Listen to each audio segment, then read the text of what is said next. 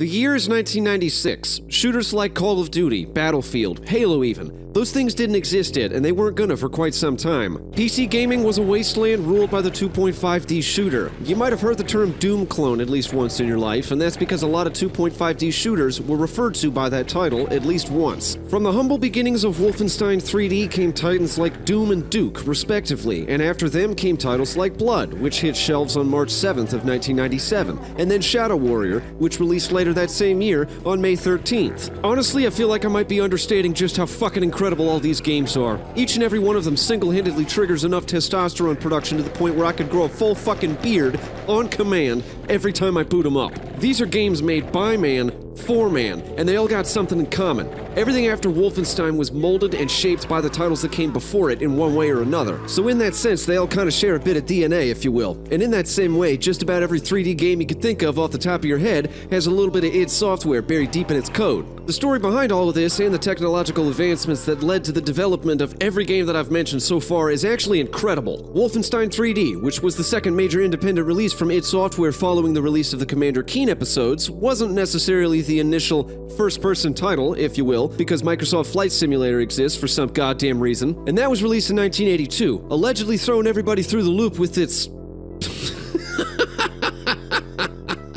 extraordinary realistic presentation. God, I can't even fucking say that with a straight face. Look, Wolfenstein was not the first first-person game ever conceived, but it was the first to push the genre into the mainstream. It set the bar for fast-paced, high-octane action, and for its time, it boasted some decent technical prowess as well. Carmack had the genius idea of rendering displayed graphics by utilizing a technique known as raycasting. This is where rays are drawn from the point the player would be in the environment all the way up to the front. Wherever each ray hits, that distance is recorded into the appropriate column of pixels, and when all the pixels are allotted, the screen appears to look three-dimensional. It's just a very elaborate trick of the eye. This made it 1,000 times easier to run on a normal home computer at the time, since processing speed and power was exponentially behind that of a modern-day gaming PC. Now, that's a bunch of computer wizard shit that I myself have no goddamn knowledge of, so I'm not gonna go any further into it, but it was worth the mention because of what it did for the genre as a whole. What's important here is that Wolfenstein established the foundation that Doom would stand on only a year and a half later, and ultimately, the Doom engine would lead to the next big technological advancement in the gaming industry, that being fully rendered three-dimensional environments, foregoing the usage of sprites and voxels in exchange for polygons, which, to a degree, is directly responsible for the shape that the modern gaming industry has taken today, and the FPS genre itself. It gave form to the end-all, be-all, the one and only. The first shooter I ever played as a kid and the very foundation that would pave the way for development in 3D engines. The daddy of all 3D first-person shooters. Fucking Quake!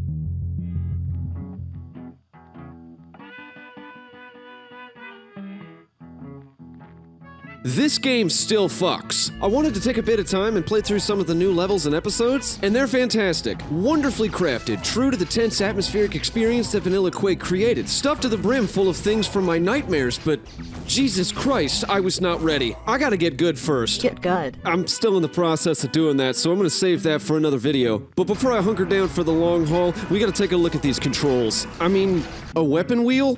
Are you serious? I'm not gonna use it because I play with this thing called a keyboard, so I've got like an entire alphabet at my disposal. But I guess it's a neat addition for someone playing with a controller. I can't imagine having to do that because my fingers do not work that way. Personally, I always bind my weapons to my keys in the console. The X is worth less than a cock-flavored lollipop, so giving it a binding is honestly just kind of a waste of time. The shotgun is bound to 1, the nail gun is bound to 2, grenade launcher to 3, super shotgun to Q, super nail gun to E, rockets to R, and lightning gun to V. Like any other episode of Quake, everything begins in a central hub where you jump through a slipgate to choose your difficulty setting. 4 different skills. First up is easy and medium, which is basically just baby back bitch and baby bitch respectively. But we'll just cross those two off the list. Having to play on those difficulties must be fucking embarrassing. Kinda like playing with a controller. That leaves hard and nightmare, and I don't do hard because that just sounds like a dick joke waiting to happen, so that leaves the avenue of inconceivable suffering and sheer fucking agony. So let me just...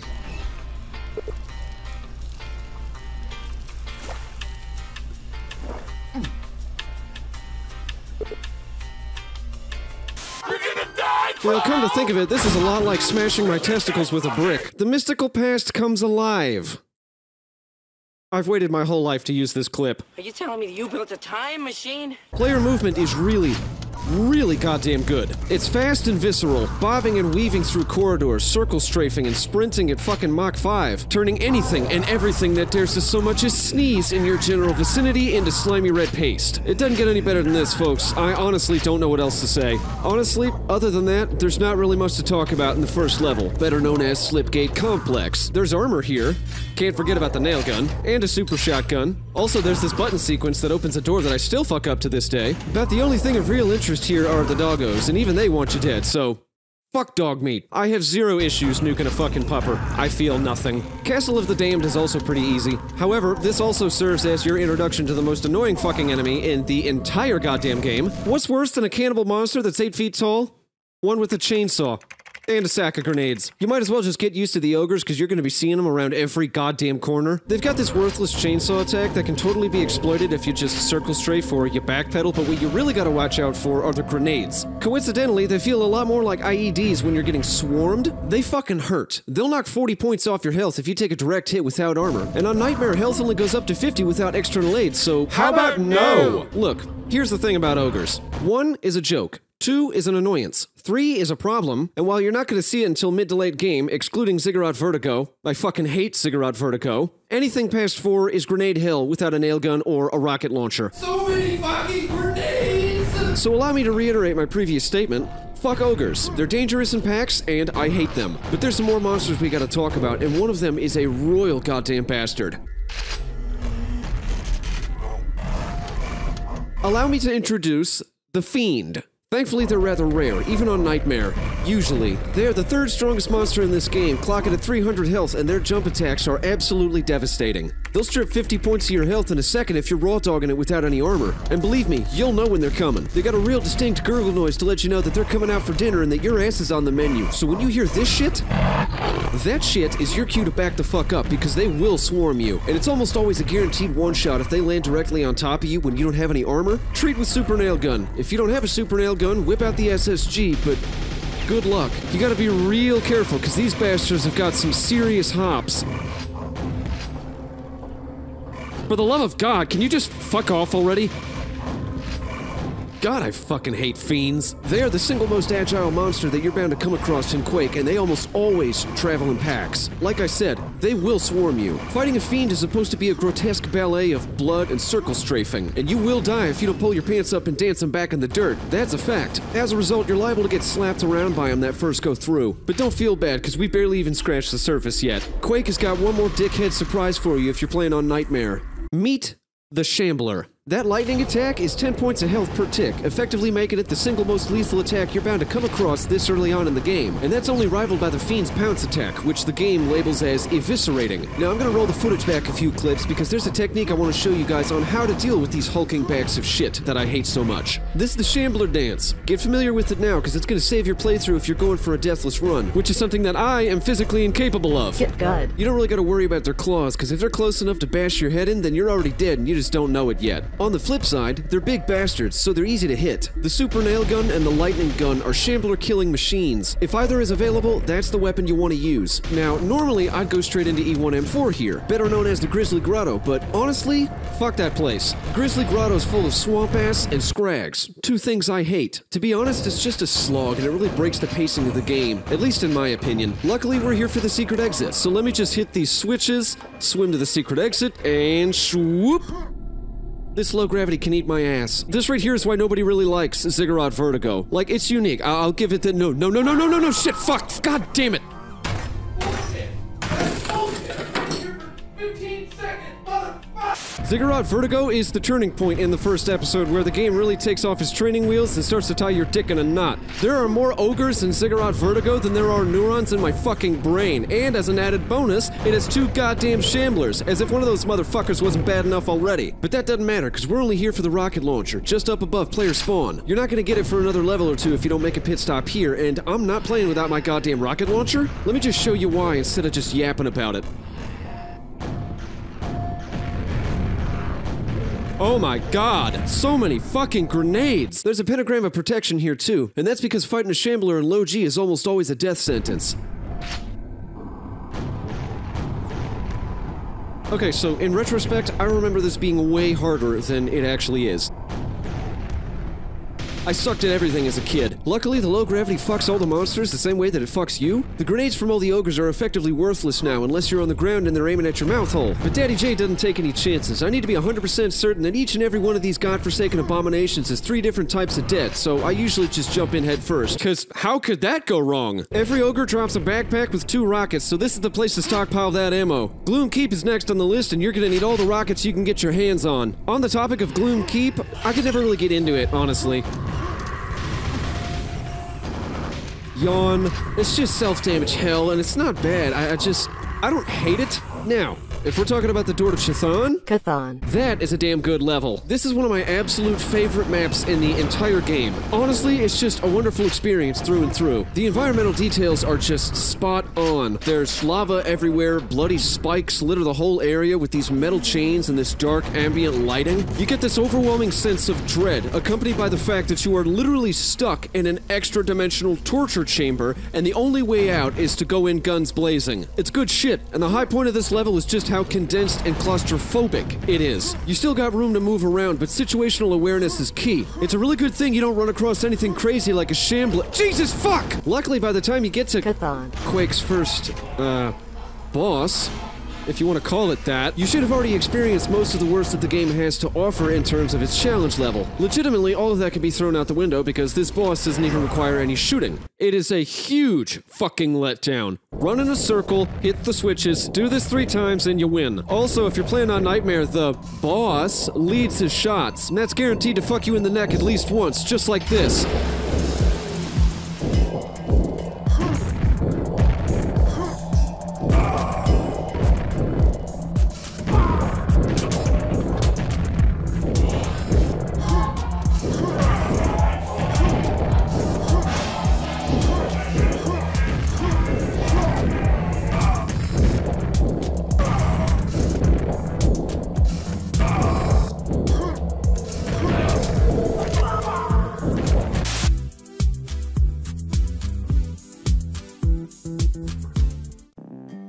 Play episode 2, they said. It'll be fun. That's what they told me. Game's pretty quick to let you know exactly what it is that you're getting into. Ancient castles and strange beasts ahead. Right. Definitely not charging headfirst into a hit-scan shooting range, where I'm the fucking target. No time like the present, I guess.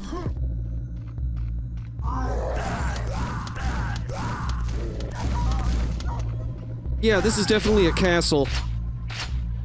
See? Just like I said, it's a hit-scan shooting range, and I'm the fucking target. Uninstalling, demanding refund, false advertisement, fuck this. You've already seen the majority of Quake's tricks and traps at this point. There's nothing else that the game's got in store for you, except for the Vor, but we'll talk about those later. Episode 2 lands you balls deep in the realm of black magic, stuffed to the brim with enforcers that have these abnormally hard-hitting energy rifles, and these grunts who are, by now, of little to no consequence. You always want to take down those enforcers real quick, mostly because those energy blasts fucking hurt like a bitch. Even if you got full armor, they can cause serious problems if you let them swarm you. And that's why I like to mercilessly slaughter them from a vantage point they can't reach. Game's pretty quick to give you back your nail gun though, and not a moment too soon because holy fuck did I miss it and God damn it. E2M1 is basically a walk in the park, except that there's landmines everywhere and a single misstep could lodge your ankle sideways up your ass if you're not careful. It's not even hard, it's just those energy rifles can really fuck your day up if you're not actively avoiding projectiles and gunfights. Situational awareness is key, folks, I don't know what else to say. Really what that means is that you just gotta be on the lookout for things like... Uh-oh. Well, fuck me, I guess. Fuck. Jesus Christ. Situational awareness at its finest. Talk about a close fucking call. That's my own fault, though. I should have seen that coming. A lot of the environments in episode 2 are far more closed off and cramped than what you might be used to seeing. Not so much to the point where you can't move, but enough to where the room you're in feels drastically smaller or more dangerous if there's one too many monsters. So you're gonna come across monsters like fiends, and knights, and ogres, and of course, fucking shamblers. God! Every single single one of them, deliberately placed to be as dickish as possible. Especially the fucking Shambler in E2M2. I swear to God, that motherfucker gets me every single time I play through this level, at least once. Hey, you guys want to see me be a fucking idiot for a second? That's right, 15 seconds of me showing off just how fucking smooth my brain is.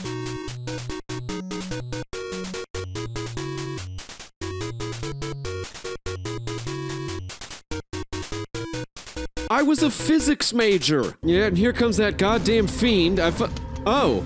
I don't think they're supposed to do that. You okay down there, buddy? Were you a physics major too?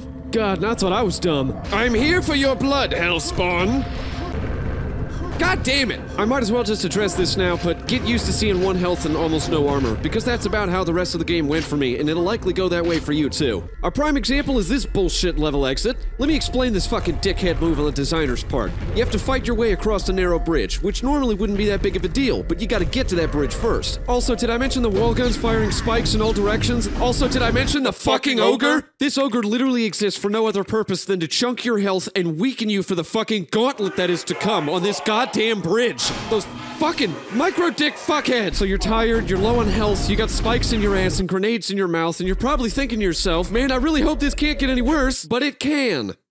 It can. That's because you're still gonna cross this fucking goddamn bridge. Fuck! Lobbing grenades at you from the left and the right side of the bridge are 2 of the most dickishly placed ogres I've ever seen. You're already weak because you got spikes in your ass cheeks and took a low-yield nuclear blast to the fucking head only seconds before, so you're not exactly in a good spot. So what do? Any sane person would run to that little gazebo in the middle, try to take cover from the endless stream of grenades raining down upon you since you've already got like, okay look, 90% of the time you're gonna be on fucking life support. And then the fucking Death Knights show up, as if this entire scenario wasn't enough of a dick in the eye already. Maybe 5 or 6 in total. Honestly, I never lived long enough to count them. So you gotta turn around, whip out the super nail gun, and tear them to shreds. But you can't do that because grenades are going off behind you, so you can't move. You can't backtrack without risking a death. You can't move forward because there are Death Knights in front of you and you don't have the health or the ammo to deal with them. So any first-time player is either gonna run back to the wall guns and get spiked to death, or they'll take their chances with the Death Knights and likely still die. And if you somehow manage to survive the wall spikes, the grenades, and the Death Knights, guess what? You're still not fucking done. Because the game thought you'd appreciate it if it spawned in 2 fucking shamblers that directly block your path, assuming you managed to kill the first knight and dodge the grenades at your back. It is absolute bullshit. Also, I know what a lot of you guys are probably thinking. The bridge is slightly wider than the door that leads out to it, so why not just stand there and avoid the ogres and deal with the knights?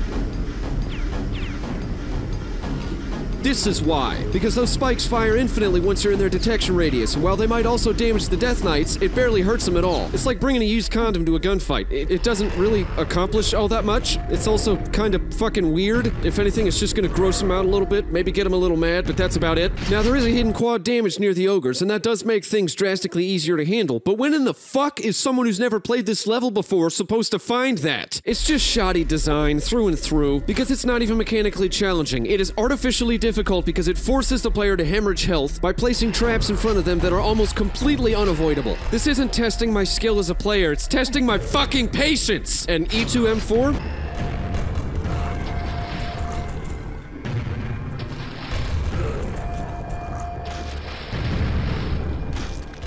I'm not even gonna gratify that level with a paragraph, but if you could just get through all of the bullshit and make it to E2M5, you are awarded with the Thunderbolt. Oh, sweet Jesus, how I have missed you. Don't use it in water because it's almost always gonna kill you, and if you somehow manage to survive that, using it in water drains your entire ammo reserve. Instantly gone in a half a second. Not to be fucked with by any means. God damn it. I did not think that one through. There are far too many ogres in E2M5, as you can see. Come to think of it, there's far too many shamblers in E2M5. I want to say there was at least 5, and that is far too many. 1 is too many. Starting in E2M6, the game is throwing them at you like they're trash mobs.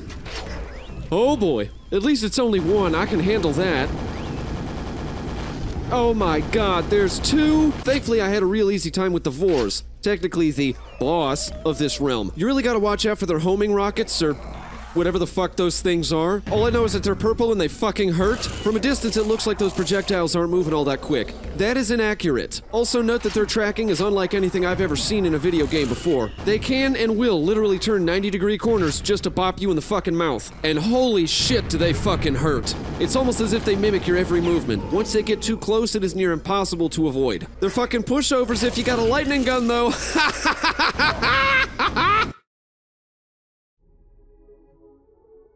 You know, I'm starting to feel like my life might be slightly roped around this game. Episode 3 is the height of Quake. This is as good as it gets, so enjoy it while you can. Primal fear in a strange dimension.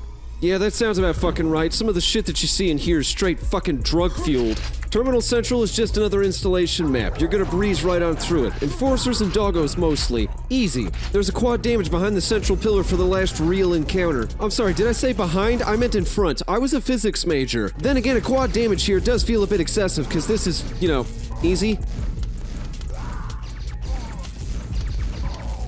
See what I mean? Walk in the park. The same goes for the Vaults of Zin. There's a couple bullshit traps here and there, like these ogres that spawn out of nowhere that are guaranteed to wreck you the first time through. Next up are the two shamblers that spawn in, one after the other. This is where the shambler dance is really gonna come in handy. The game is in its final act now, and it is heating the fuck up. By this time, Quake's pattern has already revealed itself to you. The game's gonna throw its spongiest monsters at you in some desperate attempt to try and challenge you, but ultimately, it's gonna fall short every time when the environment isn't actively working against you. Tomb of Terror is just too goddamn good. Monster placement is harsh, but it's balanced, and it really keeps the player on their toes. I spent most of my time near the very end trying to hit a switch to open a door to the exit, and these bastard ogres in this fucking Death Knight just spawned in and wrecked my shit over and over again. But it was a good shit wrecking. It was motivating. It made me want to play again and do it better. I wanted to make it my bitch, you know? Alright, attempt number 347. 2 dickheads down, 2 to go.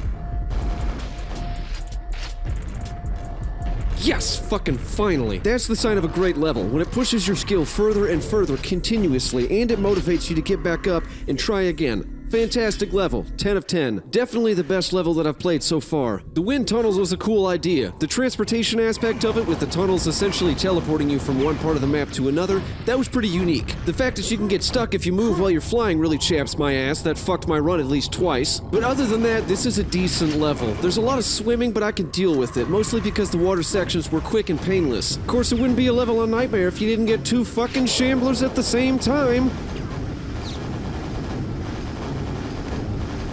If there is any monster that I hate in this game, it is a fucking shambler. And Chambers of Torment? This is phenomenal.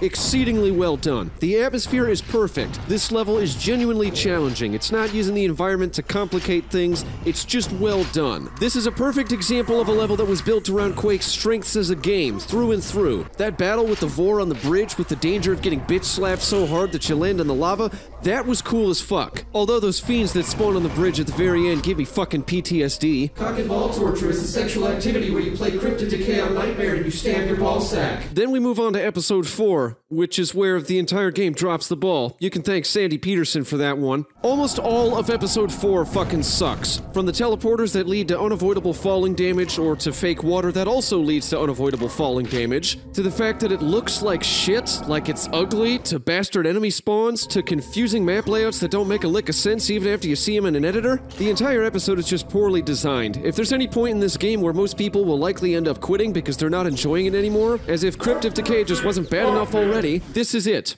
I hate it. E4M1, the sewage system. This is a confusing mess of tunnels and swimming that ruins the streak of great levels that the game was riding on. You'll get lost in the first part of the map more often than not because it's just a badly designed map. That's really what it is. This whole episode is shoddy. A lot of that has to do with the fact that everything looks exactly the fucking same, and orientation is a challenge because it's multi-leveled. There is no clear path forward at first, and a lot of first-time players are gonna have a bad time here. Once you know exactly where to go and what to do, it's honestly not so bad, but that first go through is... oof, oh boy. It's also where I came across this.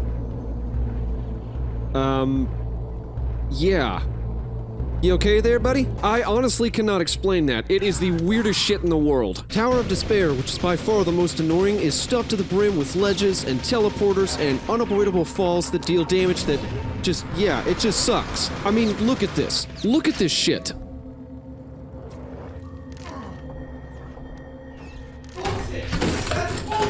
I fall through fake water and break my legs, try to run away from the shambler behind me by jumping into a teleporter that also drops me from 50 goddamn feet so I can break my legs again. Throwing me through multiple teleporters that are gonna snap my fucking shins when there's limited health pickups on the map is just a dickhead move. And it would be different if this were only a one-time thing, but there are 4 different areas in this map alone that can kill you if you fall and you don't have enough health. And if that weren't bad enough, there's always this too. My legs are broken, I'm flustered, and I have to platform. And if you remember correctly, this is where that Vor spawns. E4M3 starts off with this vicious fiend fight, which is cool. Definitely a highlight of the map itself. It doesn't stay strong, but it does start off well, so I guess that's a plus. You are bound to get lost in here. There's also a new monster. It's the last on the roster, and everybody says that spawns are kind of hard to deal with, but honestly, I've never really had any trouble with them.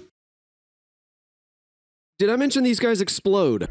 It hurts like a bitch. It's best to stay away from them. And then we've got Palace of Hate, which is so bad that I considered hanging myself twice while playing through it. And if you ask why, my answer is Sandy Peterson. Unfortunately, he's the guy behind this shithole of an episode. And you know what?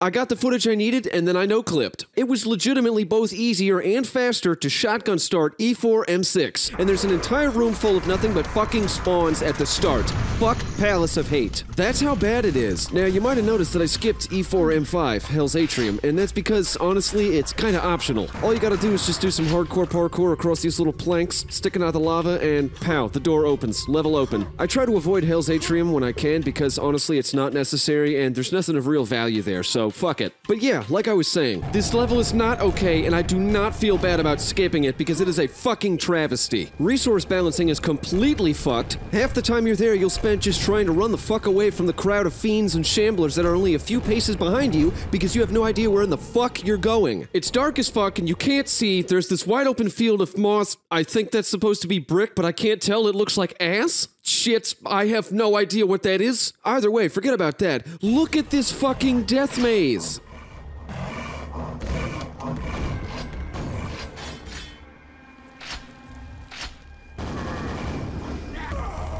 Bullshit. There's 2 shamblers in front of me and a death knight, 634 fiends behind me. I've got lightning in my throat and bite marks on my ass. I don't have any ammo because I spent all of it trying to figure out where in the fuck I was going. I lost precious time of my life doing this because for some godforsaken reason I just had to sit down and fuck off in Palace of Hate for a couple hours. Why not? Got nothing else going on. Fuck it. Might as well dick off in the death maze. I have 0 sense of direction and 0 chance of survival. This was fucked from the start. Fuck Palace of Hate. It is the single finest example of how not to design a level. So you power your way through the last couple levels. Honestly, there isn't much to talk about in reference to those specifically. They're all bad, they're all boring, and I genuinely feel like including them in this is going to result in the video ending on a low note, and I don't want that because this game is incredible. But like any other game, it has its moments and it's got its fair share of shortcomings. And it's around the end of the game that things started to get real complicated for me. I had to go back to E4M3, the Elder God Shrine, and get some footage because a lot of the stuff that I'd already collected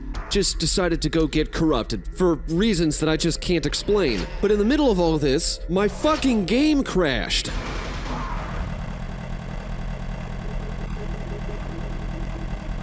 It's annoying as fuck, isn't it? I had to revalidate my files and everything. I have no idea what in the fuck happened. Just pow. Dead as a doornail. So I validate my files, I reinstall everything, whatever, it happens, right?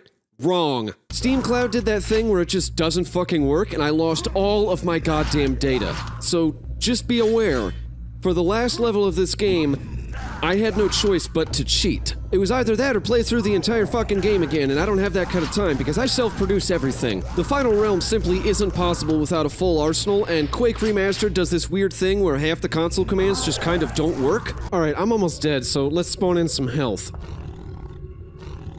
What the fuck? God mode and no-clip work just fine, but for whatever reason, trying to spawn a fucking rocket launcher just isn't in the realm of even being remotely okay. So God mode it is. Nah, I'm just fucking with you. All I did was spawn a full arsenal because it's essentially a requirement for the last level. The only way to kill Shub-Niggurath is to telefragger. That is, of course, once you get past all the shamblers and the Vors, which, as you can see, is a motherfucker of a task because there are so goddamn many of them. If there ever was a tense gunfight in Quake, it's this one right here. So once everything is dead, you have to jump through this teleporter at a specific time. You'll see this little spiked, or whatever the fuck that thing is, floating around all over the place, and it phases through Shub-Niggurath. Jump through that teleporter when it phases through her. Bam.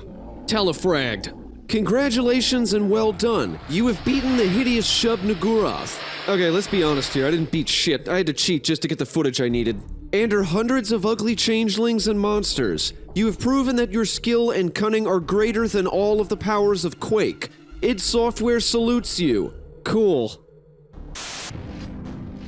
Well, goddamn, that was a fucking marathon. If I'm being completely frank here, this game doesn't feel anything like the way that I remember it, and I think a lot of that has to do with the fact that I was still just a wee babe the last time I really marathoned the fuck out of Quake. My experience as a child and my experience as an adult are worlds apart, but that's not to say that either of them were negative. I mean, sure, Cryptid Decay fucking sucks, and Episode 4 was a goddamn wash, but honestly, I've had worse times with better games. I beat Cruelty Squad multiple times, and I thought that game was gonna give me a fucking aneurysm.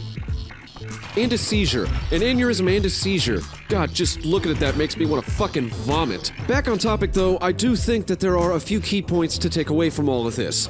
There is no such thing as a perfect game. If there were ever an example of a game that is not perfect, I think Quake would be at the very top of the list. Sure, it's an entertainment legend that jumped gaming technology forward X amount of years, but it also had its problems, and many of them. Dickhead enemy placement, poor level design here and there. It's not without blights, and even though I did mostly enjoy this, it wasn't without frustration. It has and always will be a flawed masterpiece.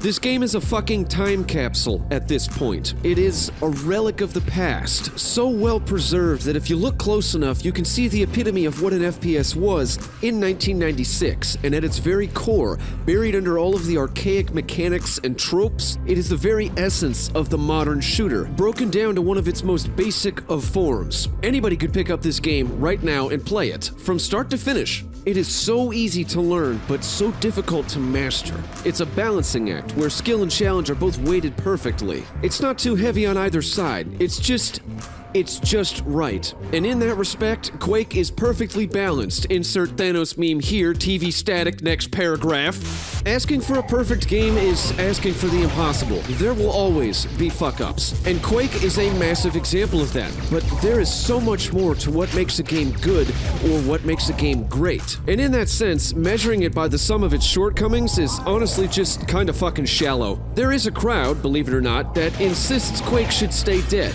That it is, much like I said earlier, a relic of its time, and it's not something that we can make use of anymore. And if you believe that, then you're a complete and total fucking clown, because you clearly forgot where the genre came from. If you can't remember where you started, you'll forget where you're going. Everything's got roots. You can't just cut those out and expect the plant that's attached to survive. More than just a game at this point, Quake is the foundation of 3D shooters. It is both a lesson to developers new and old, and a relic to showcase just how far gaming technology has come in such a short amount of time. Quake does not need to stay dead, quote unquote. What it needs is to be appreciated for what it is, and remembered for the path that it charted that literally thousands of games have followed at this point. And with the success of Doom and Doom Eternal, I see no reason as to why a remake or a reimagining of Quake wouldn't sell truckloads and truckloads of copies overnight if it were designed in the same vein. But for now, the game's over. Out of 32 levels, I single-handedly conquered 31 of them because of some weird and inexplicable bug that decided to eat my save data. Why are my lights off?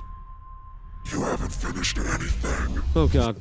You skipped Palace of Hate. Oh god, it's happening again. Only pussies skip levels. You're not a pussy, are you, Jay? No responsibility, Rick. I am not a pussy. I promise I am not a pussy. Sit back down. Oh god. Turn on the game and finish. I'm not listening. Palace of Hate sucks ass. You can't make me do it. Come on, Jay. It's not so bad. It's not real. It's not real. I swear to God. It's not real. It's all in your head. It's all in your head. It's all in your head. Swear to God, it's not real. As you wish.